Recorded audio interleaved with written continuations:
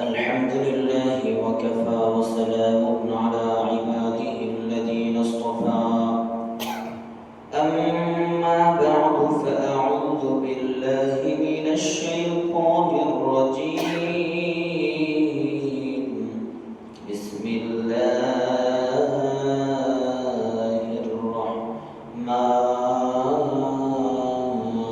الرحيم وإذ جعلنا البيت مثابة للناس وأمنا واتخذوا من مقام إبراهيم مصلى وعهدنا إلى إبراهيم وإسماعيل أن طهرا بيتي للطائفين والعاكفين والركع السجود.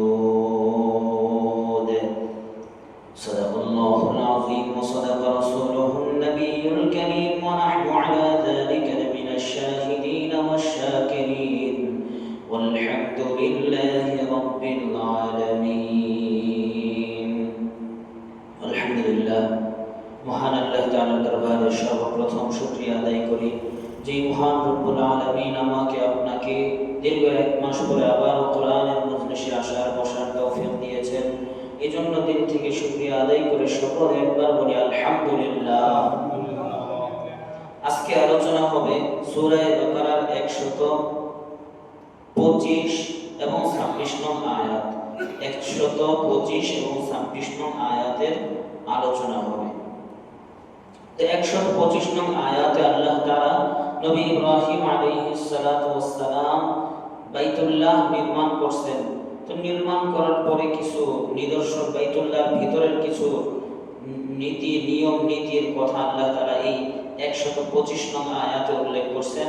আল্লাহ তাআলা বলতেছেন, ওয়াইদ, হে নবী আপনি স্মরণ করুন ওই সময়ের কথা, জাআলনাল বাইতা মাসাবাতাল লিন-নাসি ওয়া আমনা, যখন আমি আল্লাহ এই বাইতুল্লাহ শরীফকে, এই বাইতুল্লাহ কাবা শরীফের এরিয়াটাকে মাসাবাতাল লিন-নাস, মানুষের বারবার আসা যাওয়ার জায়গা বানিয়ে দিয়েছি, ওয়া আমনা, এবং নিরাপদ স্থান হিসাবে নির্ধারণ করে দিয়েছি।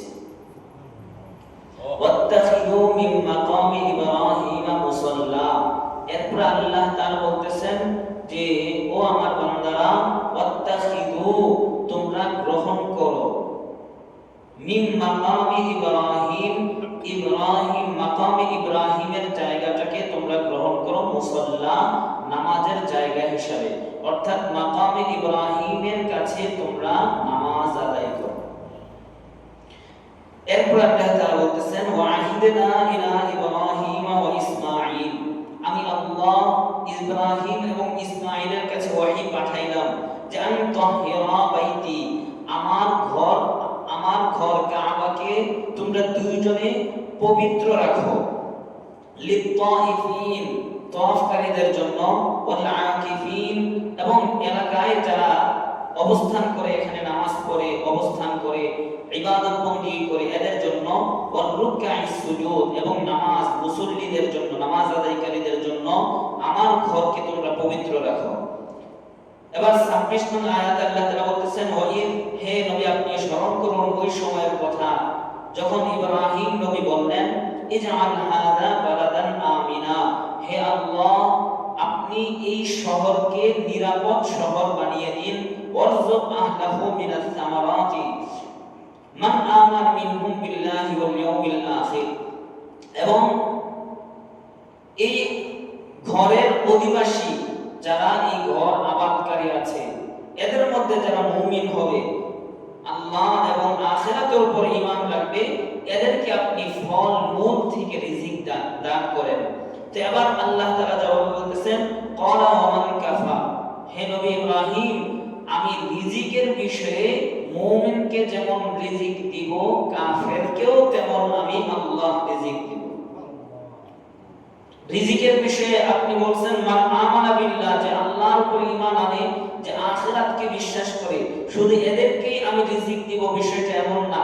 রিজিক আমি আল্লাহর রিজিক, এটা আম, এটা কাফেরকেও দেব, মুমিনকে দেব, নাফরমানকেও দেব, ফরমাবরদার অনুগত বান্দাকেও আমি আল্লাহ রিজিক দান করব।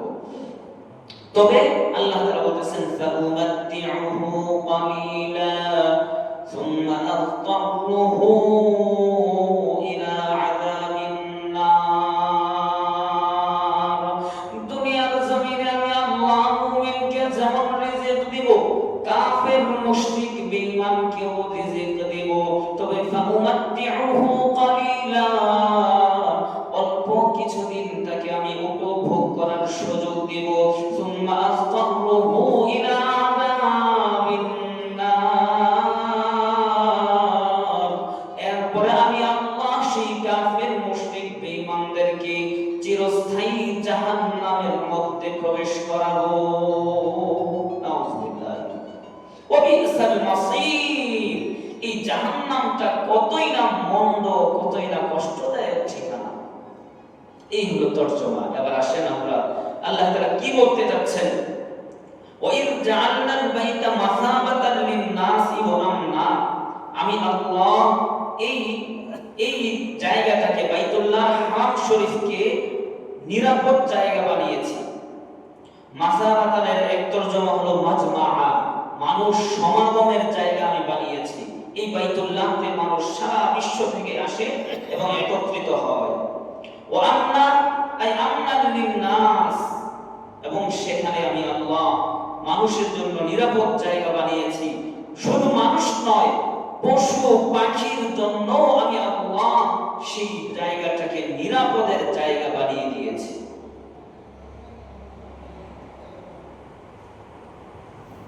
এক হাদিসের মধ্যে আসছে,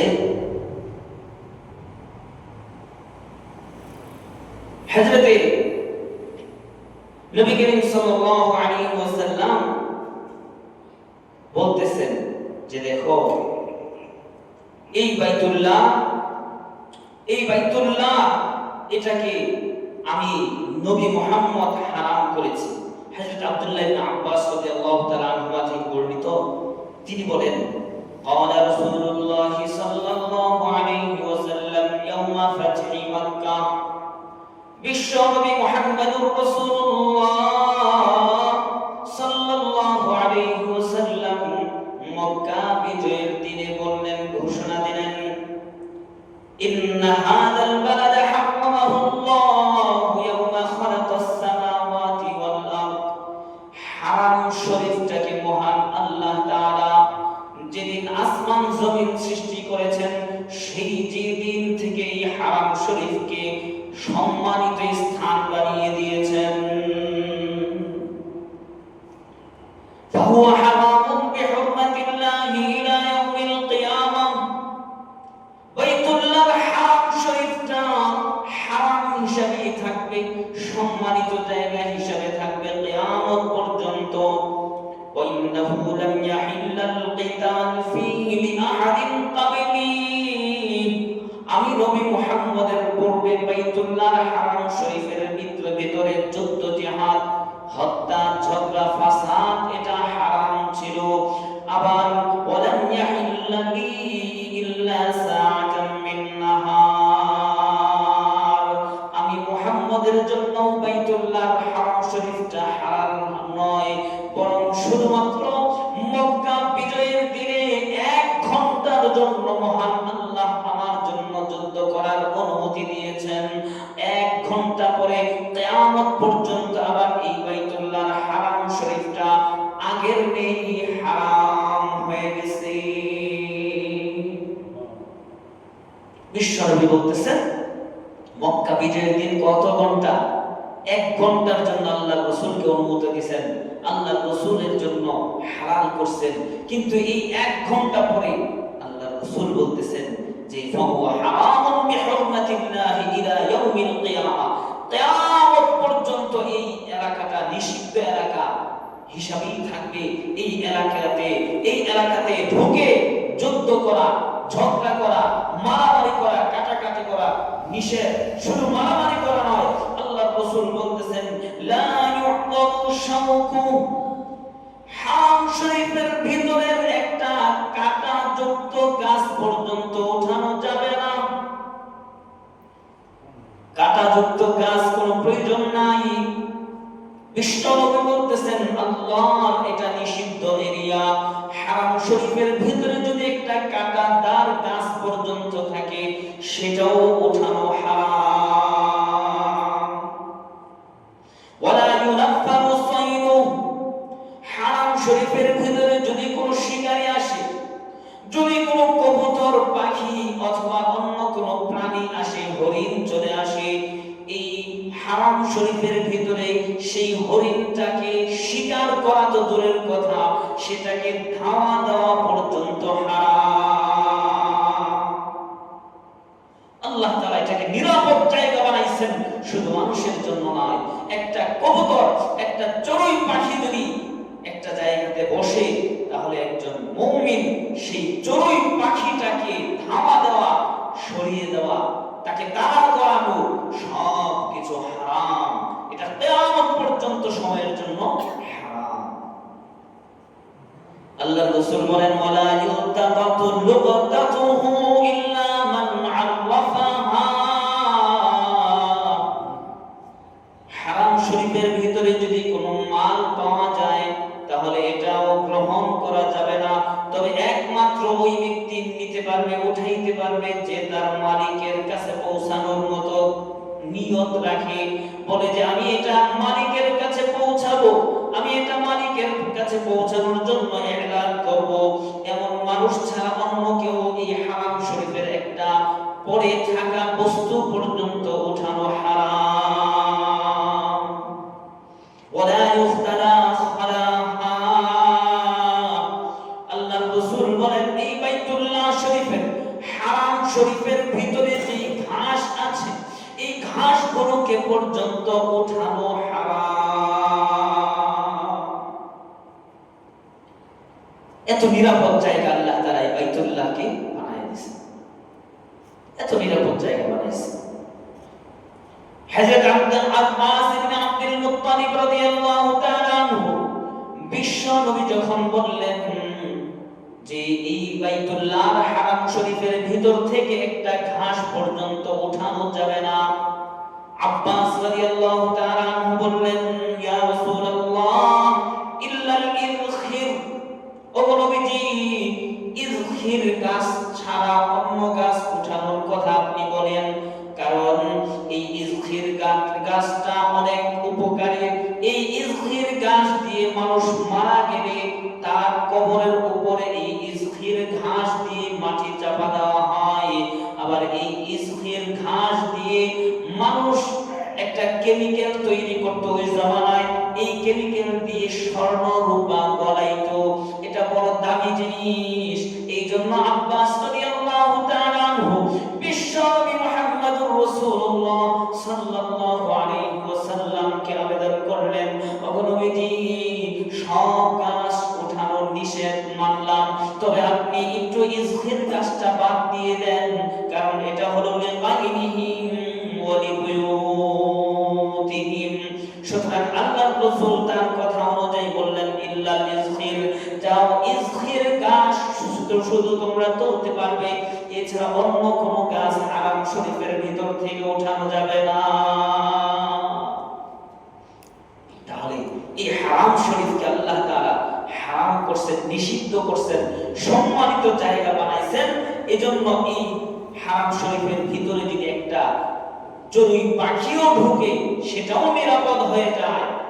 জাহিলি জমানায়ও এমন দেখা গেছে, এমন অনেক ঘটনা যে একটা মানুষ সে তার বাবার হত্যাকারীকে বাইতুল্লাহর পাশে তওয়াফ করতে দেখছে, কিন্তু হারাম শরীফের সম্মানার্থে সেই মানুষটা পর্যন্ত তার বাবার হত্যাকারীর উপর আক্রমণ করে না। তাহলে এই বিধান আল্লাহ তাআলা দিয়েছেন, এটাই আল্লাহ তাআলা এই আয়াতে বলতেছেন ওয়াইল জাআলনাল বাইতা মাসাবাতান লিন-নাসি ওয়া আমনা। আমি আল্লাহ বাইতুল্লাহকে নিরাপদ জায়গা বানিয়ে দিয়েছি। সুবহানাল্লাহ। এরপর 2 নম্বর আদেশ ওয়াত্তাখিযু মিন মাকামি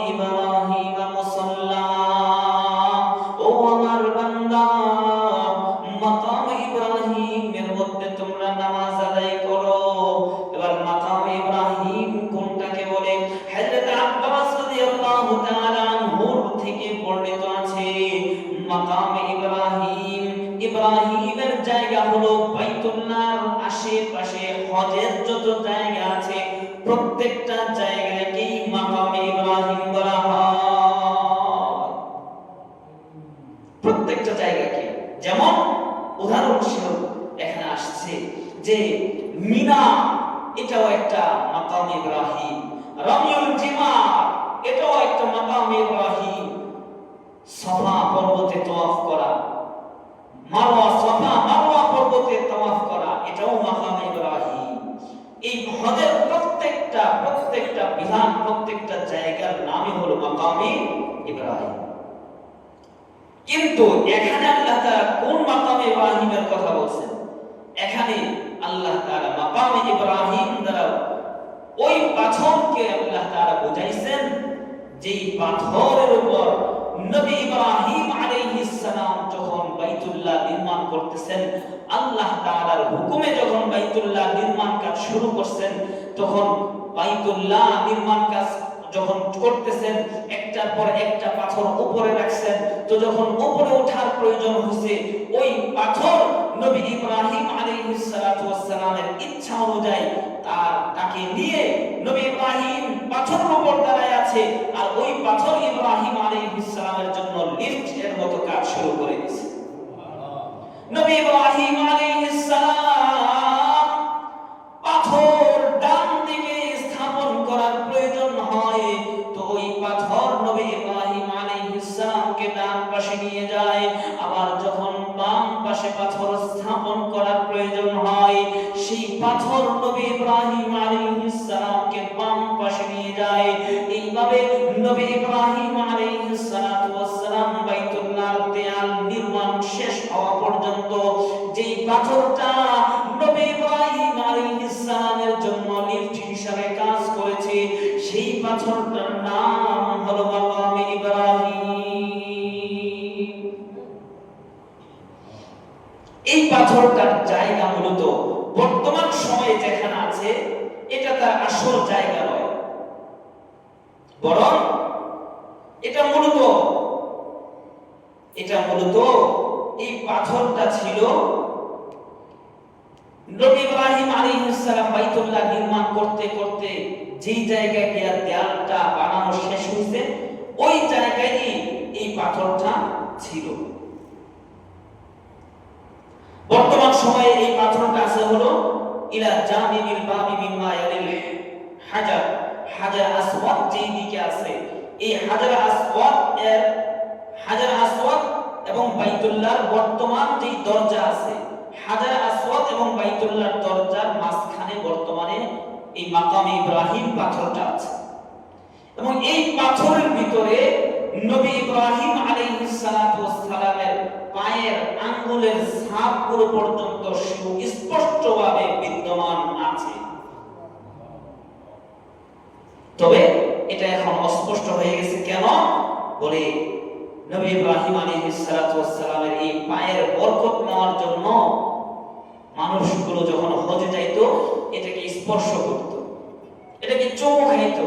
এই মানুষের স্পর্শে আর চুমুতে অনেকটা এই দাগগুলো মিটে গেছে, কিন্তু পরবর্তীতে যখন সৌদি আরবের সরকার সচেতন হয়েছে এটাকে কাজ দিয়ে বন্ধ করেছে। এখন আর এটার কাছে যাওয়াও যায় না, দেখা যায় কিন্তু ধরা যায় না। তো হযরত ওমর রাদিয়াল্লাহু তাআলা আনহু দেয়ালটা যেখানে নির্মাণ শেষ হয়েছিল সেখান থেকে এই পাথর মাকামে ইব্রাহিম পাথরটাকে উঠিয়ে নবী ইব্রাহিম বাইতুল্লাহ হাজার আসওয়াদ আর দরজার মাঝামাঝি জায়গাতে রেখে দিয়েছেন। আর আল্লাহ তাআলা আমাদের নবীর উপর হুকুম করছেন ওয়াত্তাখিযু মিন মাকামি ইব্রাহিম মুসাল্লা, ও আমার বান্দা যখন তাওয়াফ শেষ করবা তখন এই মাকামে ইব্রাহিম পায়ের পাথরের কাছে এসে 2 রাকাত সালাতুত তাওয়াফ নামাজ আদায় করবা। ওয়াত্তাখিযু মিন মাকামি ইব্রাহিম মুসাল্লা। সমস্ত হাজী সাহেবরা এই বিধানটা সুন্নত নামাজ 2 রাকাত, যদিও নফল নামাজ তাওয়াফের 2 রাকাত নামাজ যে কোনো জায়গাতে পড়া যায়, তবে নবীজির সুন্নাহ হলো যে তাওয়াফ শেষ হইছে তো মাকাম ইব্রাহিমের কাছে এসে সংক্ষিপ্ত ছোট ছোট 2টা সূরা দিয়া 2 রাকাত নামাজ আদায় করা।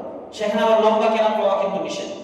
আল্লাহ রাসূল সাল্লাল্লাহু আলাইহি সাল্লাম শুধুমাত্র এই জায়গায় আয়েশা 2টা সূরা ছোট ছোট 2টা সূরা, সূরা সম্ভবত সূরা লাহাব আর সূরা ইখলাস, এই 2টা সূরা দিয়ে 2 রাকাত নামাজ আদায় করছে। এখানে লম্বা কেরাত পড়া নিষেধ।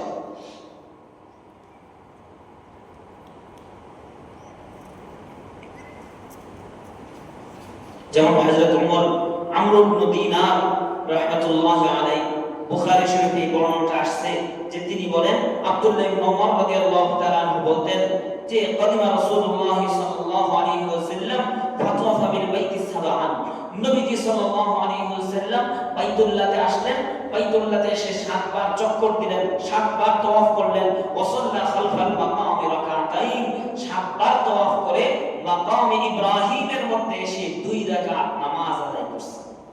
তো এটা হাজী সাহেব যারা আছে ওনাদের জন্য এটা একটা সুন্নাহ যে তাওয়াফ করবে, তাওয়াফ করার পরে 2 রাকাত নামাজ আদায় করবে।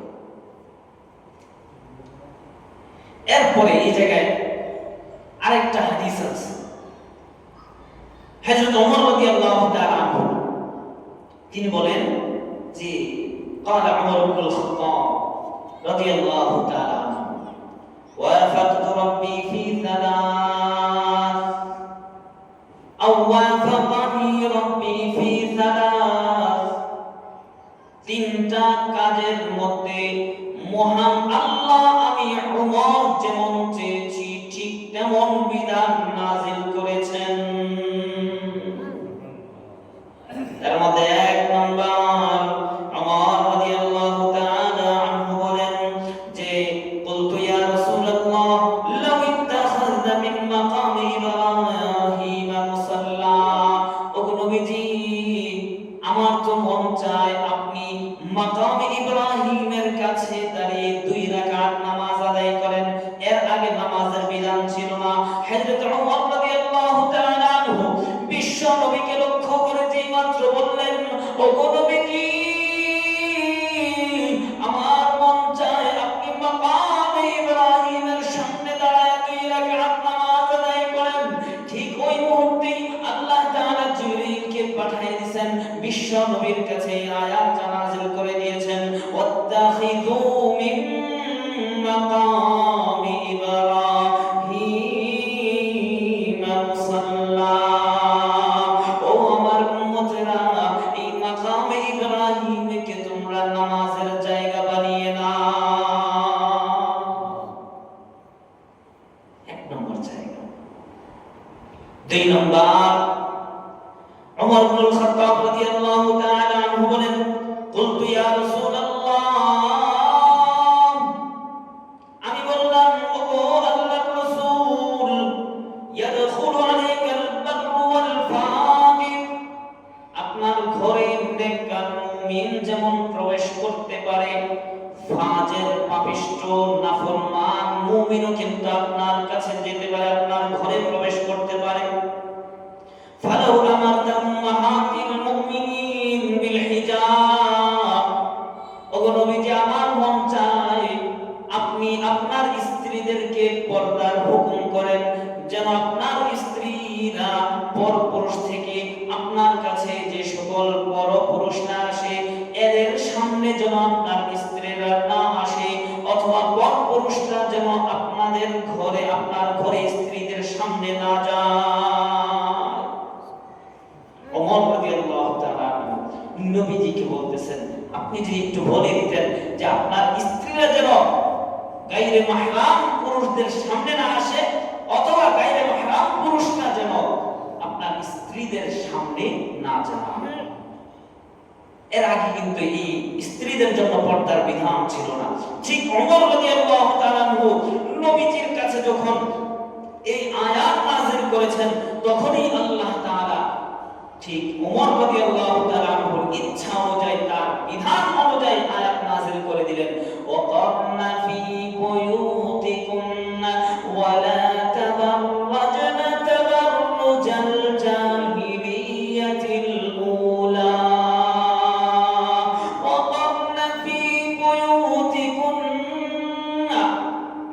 নবীর স্ত্রীগণ ওয়াকারনা তোমরা অবস্থান করো ফি বুয়ুতিকুন্না তোমাদের ঘরের ভিতরেই অবস্থান করো ওয়ালা তাবাররাজনা তাবাররুজাল জাহিলিয়াতিল উলা জাহিলি জামানার মতো তোমরা তোমাদের সৌন্দর্য দেখিয়ে অথবা তোমরা পর্দাহীন ভাবে পরপুরুষের সামনে বের হয়ো না। ওমর ইচ্ছা করছে তো মহান আল্লাহ হুকুম নাযিল করে দিয়েছেন, আল্লাহ তাআলা তার নবীর স্ত্রীগণের জন্য পর্দার বিধান নাযিল করে দিলেন। ওমর বলতেছেন ৩ নম্বর وبلغني معاتبة النبي صلى الله عليه وسلم بعد نسائه নবীজি সাল্লাল্লাহু আলাইহি ওয়াসাল্লাম তার স্ত্রীদেরকে কোন বিষয়ে একটু রাগ দেখাইছেন। এবার ওমর নবীজির এই কথাটা শুনছেন যে নবীজি তার কোন এক স্ত্রীর উপর রাগ করেছেন।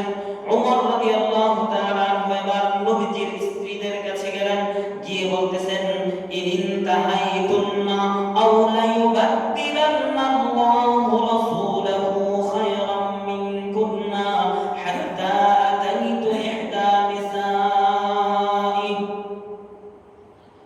ওমর রাদিয়াল্লাহু তাআলা আনহু এবার গেলেন স্ত্রীদেরকে গিয়ে বলতেছেন ও নবীর স্ত্রী উম্মাহাতুল মুমিনিন আপনারা কিন্তু নবীজিকে আপনারা কষ্ট দিবেন না, নবীজির বিরুদ্ধাচরণ আপনারা করবেন না। যদি আপনারা নবীজির বিরুদ্ধাচরণ করেন হইতে পারে এমন আল্লাহ তাআলা আপনাদেরকে পরিবর্তন করে আপনাদের যে শ্রেষ্ঠ স্ত্রীর ব্যবস্থা মহান আল্লাহ করে দিবে। সুতরাং নবীর মনে কষ্ট যায় এমন কোন কাজ এমন কোন আচরণ আপনারা নবীর সাথে করবেন না। দেখেন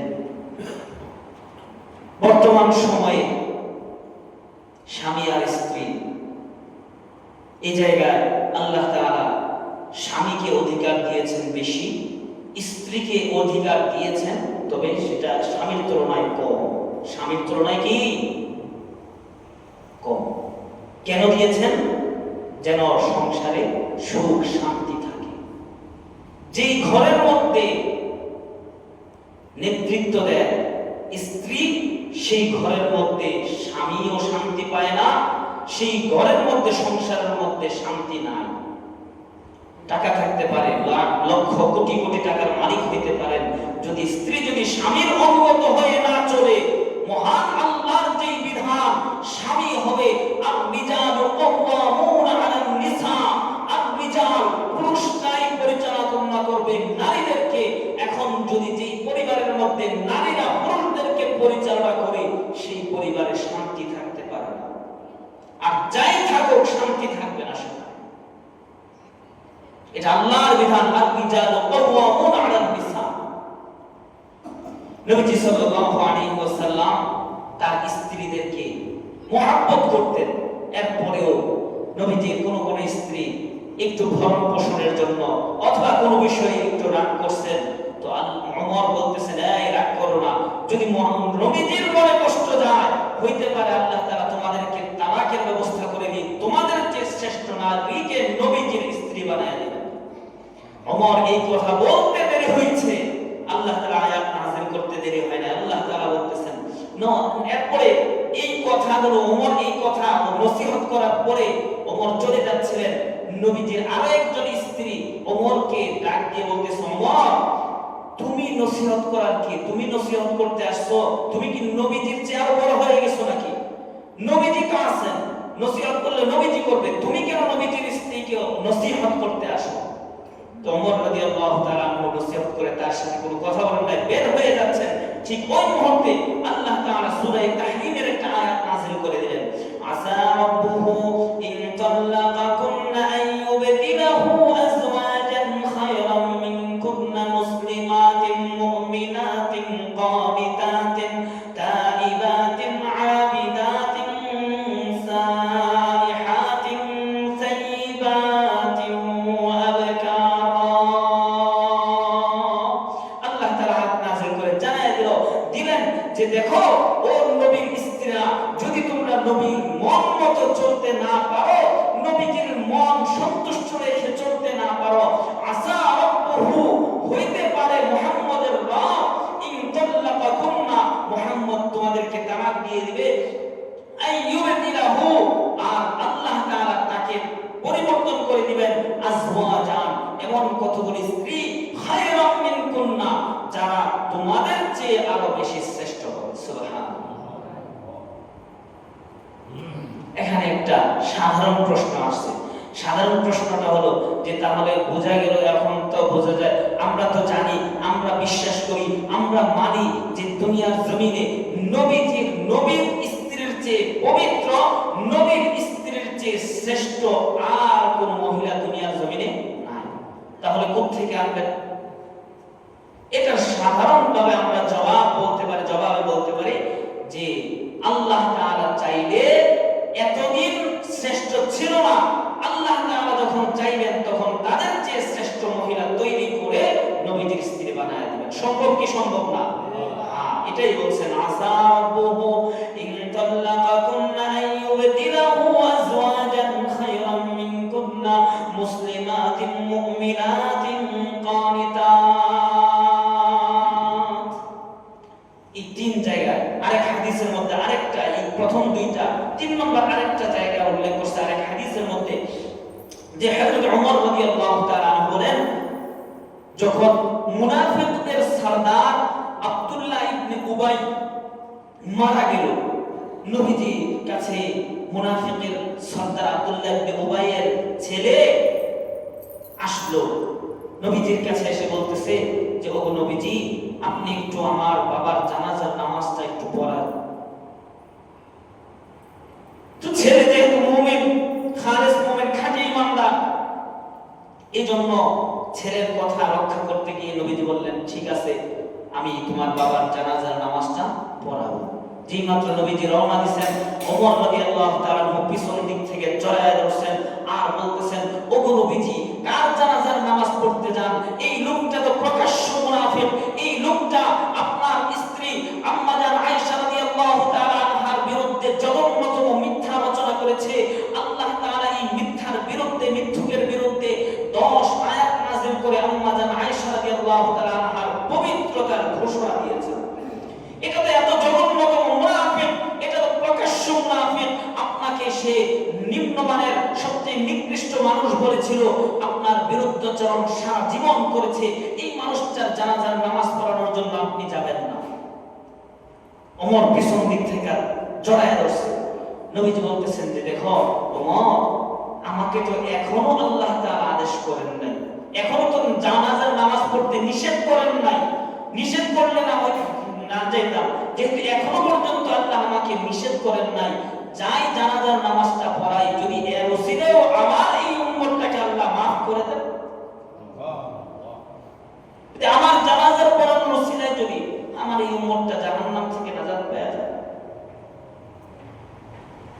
আজকে সেই নবীর উম্মত, নবীর খবর নাই, নবীজির ইজ্জতের খবর নাই, নবীজির সুন্নতের খবর নাই, অথচ সেই নবী বলতেছেন আমার উম্মতটা যদি আমার জানাজার নামাজ পড়ানোর কারণে আল্লাহ মাফ করে দেন, তাহলে তো সে নাজাত পেয়ে গেল, আমার একটা উম্মত বেঁচে গেল।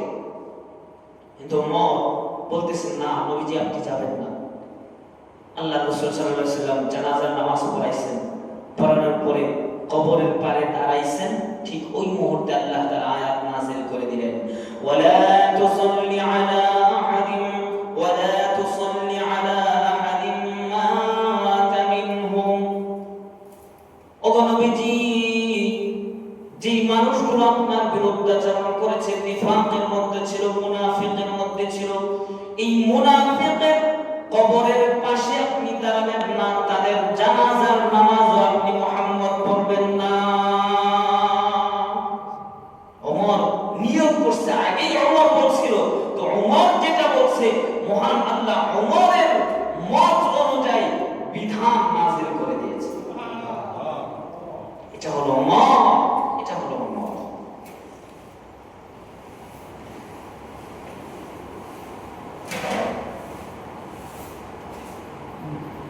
এই যে এখানে অনেকগুলো বর্ণনা আসছে যে মাকাম ইব্রাহিমের মধ্যে আল্লাহ তাআলা ওই ইব্রাহিম নবীর পায়ের ছাপগুলো যে ছিল, এখানে অনেকগুলো বর্ণনা আছে যে তিনি আগের জামানার মুহাদ্দিস যারা ছিলেন, নবীজির সাহাবী তাবিঈনদের জামানায়, ওনারা সরাসরি স্পষ্ট নবী ইব্রাহিমের আঙ্গুলের ছাপগুলো, পায়ের ছাপটা দেখতে পাইছেন। কিন্তু গায়রা আন্নাহু আনহাবাহু মাসহুন নাস বিআইদিহিম, মানুষ যে গিয়ে স্পর্শ করতে করতে সেই জায়গাটার ছাপগুলো অনেকটাই মিটে গেছে। এই ছিল মাকাম ইব্রাহিম সংক্রান্ত আলোচনা। এরপরে আল্লাহ তাআলা বলতেছেন ওয়াহিদনা ইলা ইব্রাহিম ওয়া ইসমাঈল, আমি আল্লাহ ইব্রাহিম এবং ইসমাঈলকে আদেশ করলাম, ওয়াহী নাযিল করে হুকুম করলাম, আন তাহহিরা বাইতিয়া লিত-তাইফিন ওয়াল আকিফিন, যে তোমরা দুইজনে মিলে আমার ঘর বাইতুল্লাহকে পবিত্র রাখবে, তাওয়াফকারীদের জন্য, মসজিদে ইতিকাফকারীদের জন্য, মসজিদে নামাজ আদায়কারীদের জন্য তোমরা সেই মসজিদটাকে পবিত্র রাখবে। এখন কথা হলো যে কিসের থেকে পবিত্র রাখবে? একটা হলো জাহিরি নাজাসাত থেকে, নাপাক থেকে, পেশাব পায়খানা ইত্যাদি নাপাক থেকে পবিত্র রাখবে। দুই নম্বর বিষয় হলো যে মূর্তি থেকেও এই বাইতুল্লাহকে তোমরা পবিত্র রাখবে। মূর্তি যেন এই বাইতুল্লাহর ভিতরে প্রবেশ করতে না পারে। মিনাল আওসান আন তাহরা মিনাল আওসান। এরপরে লিত-তাইফিন দ্বারা একটা উদ্দেশ্য হলো তাওয়াফকারী, এটার আরেকটা ব্যাখ্যা হলো ভিনদেশী, যারা বিদেশ থেকে আসে, দূর দূরান্ত থেকে আসে বাইতুল্লাহকে, তাদের জন্য তোমরা এই ঘরটাকে পবিত্র রাখো। ওয়াল আকিফিন দ্বারা তখন ব্যাখ্যা হবে আকিফিনের যারা নাকি মক্কার অধিবাসী, এদের জন্য এই ঘরটাকে পবিত্র করে রেখো। ওয়ার রুকআইস সুজুদ, রুকু এবং সিজদার জন্য, অর্থাৎ রুকু এবং সিজদাকারী নামাজ আদায়কারীদের জন্য এই ঘরটাকে তোমরা পবিত্র রাখো।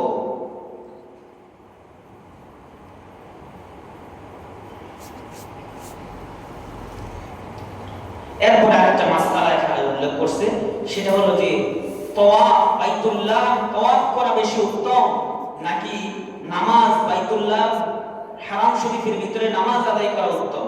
তো জমহুর বা অধিকাংশের রায় হলো বাইতুল্লাহ শরীফের, হারাম শরীফের ভিতরে নামাজ আদায় করাটা তাওয়াফের চেয়ে উত্তম। অধিকাংশ মুহাদ্দিসিন মুফাসসিরিনের কেরামের রায় হলো নামাজ আদায় করা, বাইতুল্লাহতে নামাজ আদায় করা এটা কি এর চেয়ে উত্তম? তাওয়াফের চেয়ে উত্তম।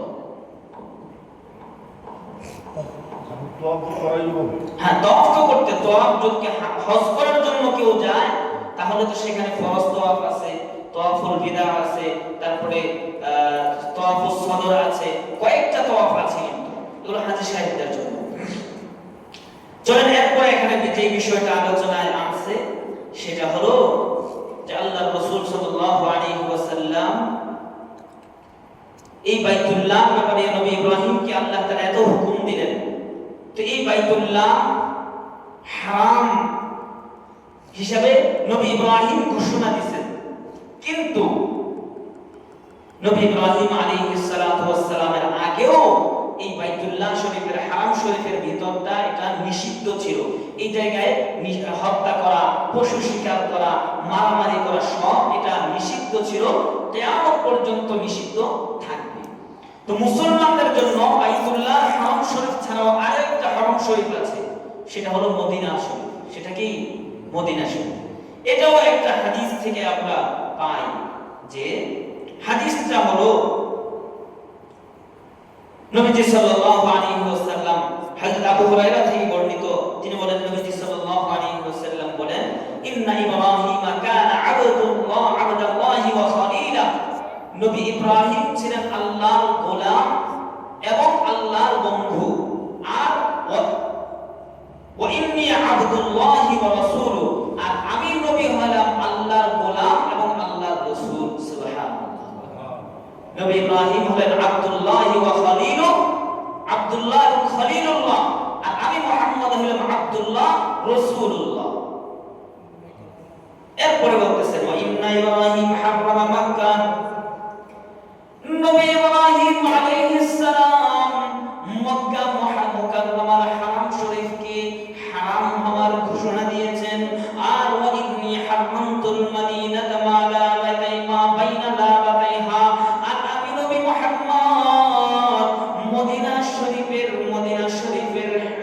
হুদুদে হারামকে, মদিনা শরীফের শহরের এরিয়াটাকে হারাম ঘোষণা করেছি। সুতরাং ইবাদুহা ওয়া সাইদুহা, মদিনা শরীফের ভিতরে যাওয়ার পরেও কোনো পশু পাখি শিকার করা হারাম। নবী ইব্রাহিম যখন মক্কা হারাম হওয়ার ঘোষণা দিয়েছে, আমি নবী মুহাম্মদ মদিনা হারাম হওয়ার ঘোষণা দিলাম। সুতরাং লা ইউহমালু ফিহা সিলাহুন লিকিতাল, মদিনা শরীফের ভিতরেও কেউ যদি ঢোকে তার জন্য অস্ত্র, যুদ্ধের জন্য অস্ত্র ব্যবহার করা হারাম, নিষিদ্ধ।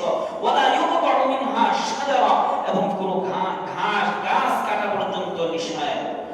ওয়াহাদিহি, এরপরে আরেক হাদিসের মধ্যে আল্লাহর রাসূল সাল্লাল্লাহু আলাইহি ওয়াসাল্লাম আবু হুরায়রা থেকে বর্ণিত, তিনি বলেন যে কানান নাস ইযা রাআউ আওয়ালাত সুমুর, মদিনা মুনাওয়ারার মধ্যে যখন নবীজি হিজরত করে মদিনায় গেলেন, মদিনার মানুষগুলো তাদের গাছের যখন ফল আসতো, ফলের প্রথম ফলটা বিশ্বনবীর জন্য হাদিয়া স্বরূপ নিয়ে যাইতেন। বিশ্বনবী মুহাম্মদুর রাসূলুল্লাহর জন্য নিয়ে যেতেন হাদিয়া হিসাবে। জাউ বিহি ইলা রাসূলিল্লাহ ফাইদা আখাযাহু রাসূলুল্লাহ, যখন নবীজি সাল্লাল্লাহু আলাইহি ওয়াসাল্লাম সেই ফলটা গ্রহণ করতেন, হাতে নিতেন, হাতে নিয়ে এবার দোয়া করতেন, আল্লাহুম্মা বারিক লানা ফি থামারিনা, ওগো আল্লাহ আমাদের এই ফলের মধ্যে তুমি বরকত নাযিল করে দাও। আবার বলতেন আল্লাহুম্মা বারিক লানা ফি মাদিনাতিনা, ওগো আল্লাহ আমাদের এই শহরের মধ্যে তুমি বরকত নাযিল করো। ওয়া বারিক লানা ফি সাইনা ওয়া মুদ্দিনা, আমাদের ওজনের মধ্যে তুমি বরকত নাযিল করে দাও। আল্লাহুম্মা ইন্না ইব্রাহিম আবদাকা ওয়া খলিলাকা ওয়া নাবিয়্যাক, ওগো আল্লাহ নবী ইব্রাহিম ছিল তোমার গোলাম, তোমার বন্ধু, তোমার নবী। ওয়া ইন্নী আবদুকা ওয়া নাবিয়্যুক, আর আমি নবী মুহাম্মদ হইলাম তোমার গোলাম, তোমার নবী। ওয়া ইন্নাহু দাআকা লিমাক্কা, নবী ইব্রাহিম মক্কা মুকাররমার জন্য দোয়া করেছে, আমি নবী মুহাম্মদ মদিনা মুনাওয়ারার জন্য সেই সকল দোয়া করতেছি যে সকল দোয়া নবী ইব্রাহিম মক্কা মুকাররমার জন্য করেছে। নবী ইব্রাহিম আলাইহিস সালাম মক্কাকে হারাম ঘোষণা করতে, মক্কার জন্য দোয়া করছে। আমাদের নবী মদিনা মুনাওয়ারার জন্য, মদিনা মুনাওয়ারাকে হারাম ঘোষণা করছে, মদিনা মুনাওয়ারার জন্য বরকতের দোয়া করছে। সুবহানাল্লাহ। এজন্য মুসলমান তারা শুধু এক হারাম নয় তাদের, বরং তাদের আছে হলো হারামাইন শরীফাইন, দুইটা হারাম শরীফ, একটা হলো মক্কা আর একটা হলো মদিনা, হারামাইন শরীফাইন। এজন্যই বলা হয় হারামাইন শরীফাইন, এই দুইটা জায়গাকে, একটা হলো মক্কা আর একটা হলো মদিনা, হারামাইন শরীফাইন। নবী ইব্রাহিম কি দোয়া করছে মক্কার জন্য, এটা সামনে আগামী তাফসীরে আসতেছে। এরপরে আরো কিছু হাদিস, এই আয়াতের শেষ অংশে যে আয়াত দোয়াগুলো আসছে, হযরত ইব্রাহিম আলাইহিস সালাতু ওয়াস সালাম এবার 26 নং আয়াতে বলতেছেন যে ওয়াইদ, হে নবী আপনি স্মরণ করুন যখন নবী ইব্রাহিম আলাইহিস সালাম বললেন, ক্বালা ইব্রাহিম, ইব্রাহিম বললেন, রব্বি জাআল হাদা বালাদান আমিনা, আপনি এই শহরটাকে নিরাপদ শহর হিসাবে বানিয়ে দিন। সুবহানাল্লাহ। ওয়ারযুক আহলাহু মিনাত তামারাতি মান আমানা মিনহুম বিল্লাহি ওয়াল ইয়াউমিল আখির, এবং নবী ইব্রাহিম দোয়া করতেছে, ওগো আল্লাহ আপনি এই শহরের যত বসবাসকারী মানুষ আছে এদের জন্য আপনি, এদের থেকে যারা ঈমানদার, আল্লাহর উপর ঈমান আনে, যারা আখিরাতকে বিশ্বাস করবে, এদেরকে আপনি ফল মূল থেকে রিজিক দান করেন।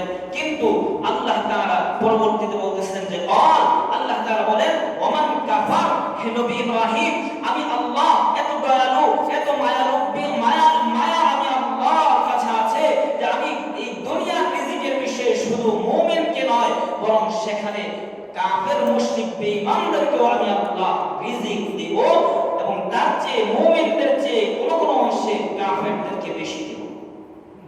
এখানে একটা হাদিস আছে, এই হাদিসটা শুনে আমি আলোচনা শেষ করতেছি। চলেন, এখানে কয়েকটা আয়াত আছে। আল্লাহ তাআলা মূলত দুনিয়ার জমিনের দাম আল্লাহর কাছে নাই। দুনিয়ার কোন চিজ ও আসবাবের দাম আল্লাহর কাছে নাই। যদি থাকতো তাহলে এক ঢোক মশার পাখার সমপরিমাণ দাম যদি দুনিয়ার থাকতো, তবে এক ঢোক পানিও কোনো কাফেরকে খাইতে দিতেন না। এটা হাদিসের মধ্যে আসছে সহিহ হাদিস। এখানে কয়েকবার এই হাদিসটা আছে, 3-4 বার আমি এই হাদিসটা এখানে পড়ছি।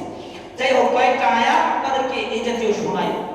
1 নম্বর আয়াত সূরা বনী ইসরাঈলের 20 নম্বর আয়াত। আল্লাহ তাআলা বলেন, কুল্লান নুমিদ্দু হাউলাই ওয়া হাউলাই মিন আতা'i রাব্বিক ওয়া মা কানা আতা'উ রাব্বিকা মাহযুরা। কুল্লান নুমিদ্দু, আমি আল্লাহ সাহায্য করব, আমি আল্লাহ রিজিক দান করব প্রত্যেককেই, সবাইকেই। হাউলাই, কাফেরদেরকেও দিব, ওয়া হাউলাই, মুমিনদেরকেও দিব। মিন আতা'i রাব্বিক, আপনার রবের দান থেকে দিব। ওয়া মা কানা আতা'উ রাব্বিকা মাহযুরা, দুনিয়ার জমিনে মহান আল্লাহর দান সীমিত নয়, বরং অসীম। এখানে কাফেরদেরকেও দেন, মুমিনদেরকেও দেন। অন্য আয়াত আল্লাহ তাআলা বলেন, কুল, হে নবী আপনি বলুন, ইন্নাল্লাযীনা ইফতারুনা আলাল্লাহিল কাযিব, যারা আল্লাহর উপর মিথ্যা রচনা করে, বলে যে অমুক মূর্তি আল্লাহর সাহায্যকারী, অমুক জিনিস আল্লাহর শরীক অংশীদার সাহায্যকারী, এই সেই আল্লাহর সাথে শরীক সাব্যস্ত করে, লা ইউফলিহুন, এরা কোনোদিন সফল হবে না। মাতাউন ফিদ দুনিয়া, এই সকল মুশরিক কাফের বেঈমানরা দুনিয়ার জমিনে কিছুদিন উপভোগ করতে পারবে, উপভোগের সুযোগ আমি আল্লাহ দান করব। সুম্মা ইলাইনা মারজিউহুম, কিন্তু এরপরেই তারা আমি আল্লাহর কাছে পুনরায় ফিরে আসবে। সুম্মা নুযীকুহুমুল আযাবাশ শাদীদা বিমা কানু ইয়াকফুরুন, আমি আল্লাহর কাছে যখন ফিরে আসবে, আমি আল্লাহ তাদেরকে কঠিন থেকে কঠিনতম শাস্তির স্বাদ আস্বাদন করাবো। আমি আল্লাহ কঠিন থেকে কঠিন শাস্তির স্বাদ আস্বাদন করাবো। এরপরে আরো কয়েকটা আয়াত আছে, শুধু আরেকটা আয়াত পড়ে শোনাই দিচ্ছি। সূরা যুখরুফের মধ্যে আল্লাহ তাআলা বলতেছেন, ওয়ালাউলা আন ইয়াকুনান নাসু উম্মাতান ওয়াহিদা, যদি মানুষের এই বিশ্বাসটা মনে জমে যাওয়ার আশঙ্কা না থাকতো যে আল্লাহ তাআলা শুধুমাত্র কাফের হইলে আল্লাহ তাআলা দুনিয়াতে ধন সম্পদ বাড়ায় দেয়, এই বিশ্বাসটা যদি অন্তরে জমে যাওয়া আশঙ্কা না থাকতো, তাহলে লাজআলনা লিমান ইয়াকফুরু বির-রাহমানি, তাহলে আমি আল্লাহ কাফেরদেরকে এই পরিমাণ সম্পদ দিতাম যে যারা নাকি রহমানকে অস্বীকার করে। লিমান ইয়াকফুরু বির-রাহমান, যেই ব্যক্তিটা রহমানকে অস্বীকার করে তার জন্য আমি প্রস্তুত করে দিতাম লিবুয়ুতিহিম সাকাফান মিন ফিদ্দা, তাদের বাড়ির ছাদ রূপা দিয়ে আমি আল্লাহ তৈরি করার ক্ষমতা দিয়ে দিতাম। ওয়া মাআরিজ, এবং এই বাড়ির সিঁড়িগুলো রূপা দিয়ে হবে এমন ক্ষমতা আমি তাদেরকে দিয়ে দিতাম। আলাইহা ইয়াযহাবুন, যে ছাদে তারা আরোহণ করত। ওয়া লিবুয়ুতিহিম আবওয়াবান ওয়া সুরুরা, এবং আমি আল্লাহ এই কাফেরদের দরজা, ঘরের দরজাগুলো পর্যন্ত রূপার তৈরি বানিয়ে দিতাম। ওয়া সুরুরা, এবং হেলান দেওয়ার জন্য তাকিয়া বানিয়ে দিতাম। আলাইহা ইয়াত্তাকিউন, এগুলোর উপর তারা আরাম আয়েশ করতে, হেলান দিয়ে বসে থাকতো। ওয়া যুখরুফা, এবং আরো অনেক অনেক সম্পদ আমি তাদেরকে দিতাম, এমনকি স্বর্ণ দিয়ে দিতাম, যে স্বর্ণ দিয়ে তাদের বাড়ির ছাদ বানাবে, সিঁড়ি বানাবে, ঘরের দরজা বানাবে, সব কিছু করবে। কিন্তু আমি এই সব করি না কেন? বলে মুমিনদের অন্তরে অথবা সাধারণ মানুষের অন্তরে এই বিশ্বাস হবে যে আরে কাফের হইলেই না বাবা সম্পদ পাওয়া যায়, কাফের হইলেই না ভালো, কুফরি করলেই না ভালো, সম্পদ পাওয়া যায়, দুনিয়া পাওয়া যায়, রূপার ছাদের বাড়ি পাওয়া যায়, স্বর্ণের ছাদের বাড়ি পাওয়া যায়। মানুষ এই বিশ্বাসী হয়ে যাবে। এজন্য আমি আল্লাহ তাদেরকে এত বেশি পরিমাণে দেই না, বরং কি আসল হাকিকত কি? আল্লাহ তাআলা বলতেছেন, ওয়া ইন কুল্লু যালিকা লাম্মা মাতাউল হায়াতিদ দুনিয়া, আরে এই স্বর্ণ রূপার বাড়ি গাড়ি আসবাবপত্র থালা বাটি সবগুলো তো হলো দুনিয়ার উপভোগের সামগ্রী মাত্র। ওয়াল আখিরাতু ইনদা রাব্বিকা লিল মুত্তাকিন। ওগো নবীজি, আখিরাতের যে অফুরন্ত সুখ, শান্তি, আরাম, আয়েশ, এটা আমি একমাত্র আমার মুমিন মুত্তাকি বান্দাদের জন্য রেখে দিয়েছি। তাহলে দুনিয়ার জমিনে এই চাকচিক্য দেখে মুমিনের হতাশ হওয়ার কোনো কারণ নাই। আমাদের মুমিনদের জন্য এই চাকচিক্যের চেয়ে আরো হাজার গুণ বেশি চাকচিক্যের আরাম আয়েশ রাখছেন কোথায়? আখিরাতে, জান্নাতে। আল্লাহ তাআলা আমাদের সকলকে আখিরাতের সেই মহান আল্লাহর নিয়ামতগুলো অর্জন করে ঈমান আমল